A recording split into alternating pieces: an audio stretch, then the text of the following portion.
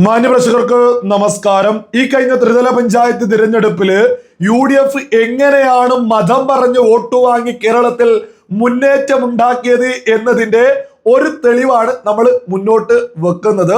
ഇതൊക്കെ ഒരു ഉദാഹരണം മാത്രമാണ്. ഇതിനേക്കാൾ അപ്പുറം നിന്നിട്ടാണ് അവരൊക്കെ സ്വകാര്യമായിട്ട് കാര്യങ്ങൾ ചെയ്തത് എന്നുള്ളത് സകല ബോധമുള്ള ആളുകളും തിരിച്ചറിയേണ്ടതാണ്.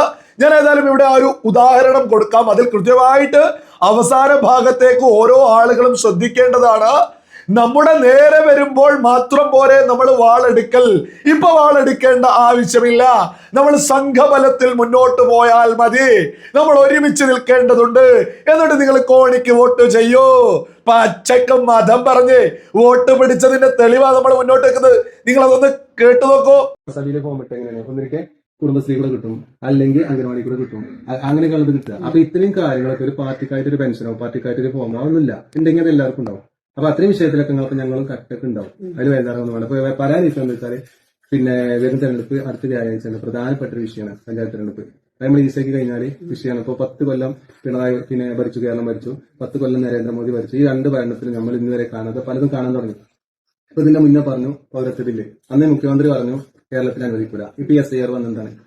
SIR വന്നത് നമ്മൾ 500-ന്റെ 1000-ന്റെ നോട്ട് അന്ന് മരവിച്ച് അതേപോലെ നമ്മളൊക്കെ വോട്ടർ പട്ടികയിൽ തള്ളി. ഈ പഞ്ചായത്ത് തെരഞ്ഞെടുപ്പ് കഴിഞ്ഞോടുകൂടി നമ്മൾ കുഞ്ഞു വോട്ടില്ല, വോട്ടവകാശമില്ല. അത് വീണ്ടും നമ്മൾ വോട്ട് ചേർക്കാൻ വേണ്ടിയിട്ടാണ് SIR ഫോം വരുന്നത്. അതിലൂടെ നമ്മൾ പൗരത്വം വരുന്നത്.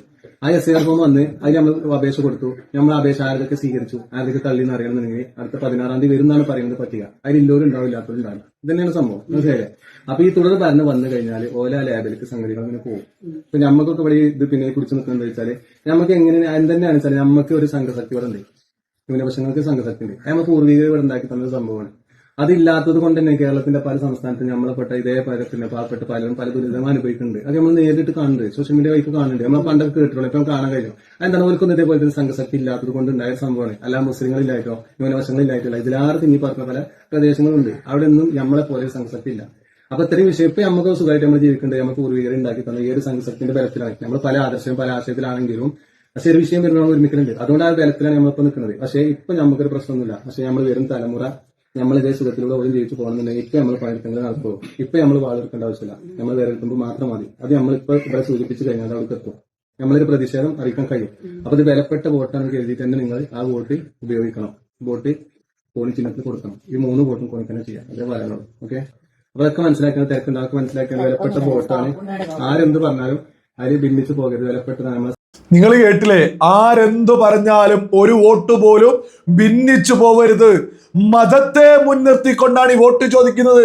വ്യക്തമായിട്ട് ഈ മുസ്ലിം ലീഗുകാരൻ പ്രചരണത്തിൽ പറയുന്നത് നിങ്ങൾ കേട്ടില്ലേ? നമ്മുടെ നേരെ എത്തുമ്പോൾ മാത്രം നമ്മൾ വാളെടുത്താൽ മതി. ഇപ്പൊ വാളെടുക്കേണ്ട ആവശ്യമില്ല. നമുക്കിവിടെ സംഘശക്തിയുണ്ട്.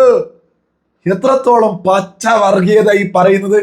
ഇവിടെ കേരളത്തില് മതേതരത്വം എന്ന് പറയുന്നത് ഇവരൊക്കെയാ. ബോധമുള്ള ഓരോ മലയാളികളും തിരിച്ചറിയുക എന്തൊക്കെ പച്ച കള്ളമാ വിളിച്ചു പറയുന്നത്. ഈ ഇടതുപക്ഷത്തെ LDF-ന്റെ ആളുകളും ഇതൊക്കെ കേൾക്കുന്നില്ലേ? നിങ്ങളെയും അവർ തേച്ചിരിക്കുന്നു.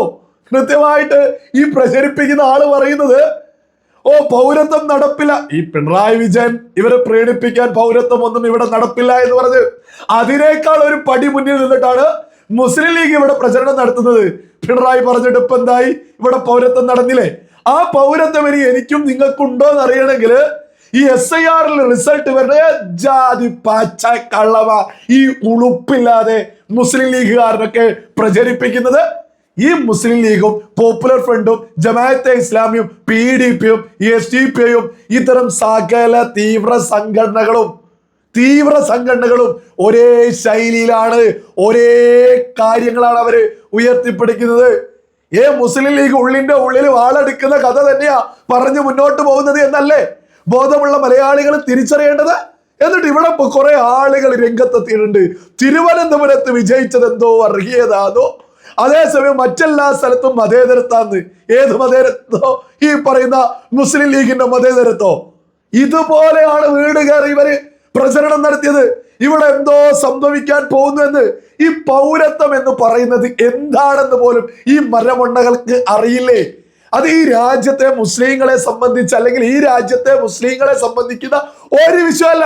മറിച്ച് നമ്മുടെ അയൽ രാജ്യമായിട്ടുള്ള മുസ്ലിം ഭൂരിപക്ഷ രാജ്യങ്ങളായിട്ടുള്ള അഫ്ഗാനിസ്ഥാന്, ബംഗ്ലാദേശ്, അതേപോലെ തന്നെ പാകിസ്ഥാന്, ഇത്തരം രാജ്യങ്ങളിൽ നിന്ന് നമ്മുടെ രാജ്യത്തേക്ക് അവിടുത്തെ ഭൂരിപക്ഷ മതത്തിൽ നിന്ന് ആളുകൾ വന്നാൽ നമ്മൾ പൗരത്വം കൊടുക്കുന്നത് വൈകിപ്പിക്കും. അതേസമയം അവിടുത്തെ ന്യൂനപക്ഷങ്ങൾ അവിടെ ബുദ്ധിമുട്ട് അനുഭവിക്കുന്നത് വരുമ്പോൾ അവർക്ക് നമ്മൾ പെട്ടെന്ന് പൗരത്വം കൊടുക്കും. അതായത് മനുഷ്യത്വം ഉയർത്തിപ്പിടിച്ച് അന്തസ്സുള്ള നിലപാടാണ് ഈ പൗരത്വം എന്ന് പറയുന്നത്. അതായത് നമ്മുടെ അയൽ രാജ്യങ്ങളിൽ ന്യൂനപക്ഷം ബുദ്ധിമുട്ട് അനുഭവിക്കുമ്പോ അവരെ നമ്മൾ സ്വീകരിക്കുമെന്ന് പറയുന്നതിനെ പോലും അത് ഇവിടെയുള്ള എന്തോ പ്രശ്നമാക്കി അവതരിപ്പിക്കുക. അതായത് മുസ്ലിം ഭൂരിപക്ഷ രാജ്യങ്ങളിൽ നിന്ന് നമ്മൾ എന്തിനാണ് മുസ്ലിം മതത്തിലുള്ള ആളുകൾക്ക് ഇവിടെ പൗരത്വം കൊടുക്കുന്നത്? അവർ പല ലക്ഷ്യമായിട്ടായിരിക്കില്ലേ? കാരണം ഭൂരിപക്ഷ മതമുള്ളിടത്ത് അവർക്കൊരു പ്രശ്നമില്ല എന്ന് തന്നെയല്ലേ മുസ്ലിം ലീഗ് ഉൾപ്പെടെ ഉയർത്തിപ്പിടിക്കാറുള്ളത്. ഭൂരിപക്ഷത്തിനാണല്ലോ കിട്ടുന്നോ, ന്യൂനപക്ഷത്തിന് ഒന്നുമില്ല എന്നല്ലേ ഇവിടെ മുസ്ലിം ലീഗ് ഉയർത്തിപ്പിടിക്കുന്നത് പോലും. അപ്പൊ ആ തരം നമ്മുടെ അയൽ രാജ്യങ്ങളിൽ നിന്ന് ന്യൂനപക്ഷ മതങ്ങളിൽ നിന്നുള്ള ആളുകൾ വരുമ്പോ അവരെ സ്വീകരിക്കുന്നതിന് കൈയടിക്കുകയല്ലേ വേണ്ടത്?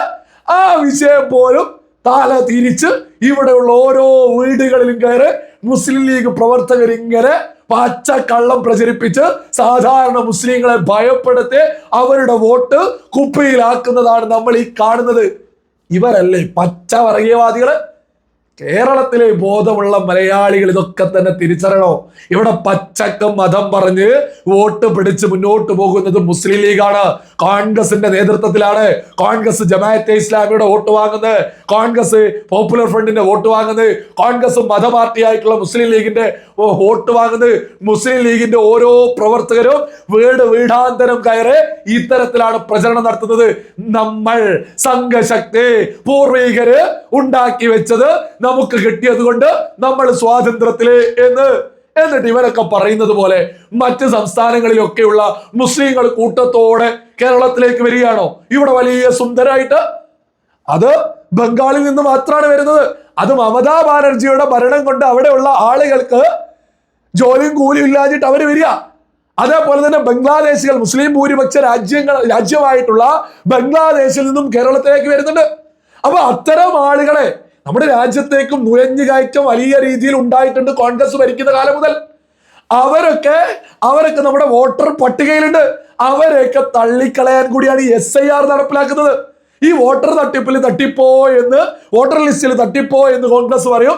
അത് തിരുത്താൻ SIR കൊണ്ടുവരുമ്പോ മുസ്ലിം ലീഗ് രംഗത്തെത്തി പറയോ, ഓ അത് വർഗീയതയാണോ, അത് നമ്മളെ ഭയപ്പെടുത്തുകയാണോ എന്ന്. സകല ബോധമുള്ള മലയാളികളും തിരിച്ചറിയാ മുസ്ലിം ലീഗൊക്കെ വർഗീയ പാർട്ടിയാണ് എന്നുള്ളതിൽ ഒരു തർക്കവും വേണ്ട.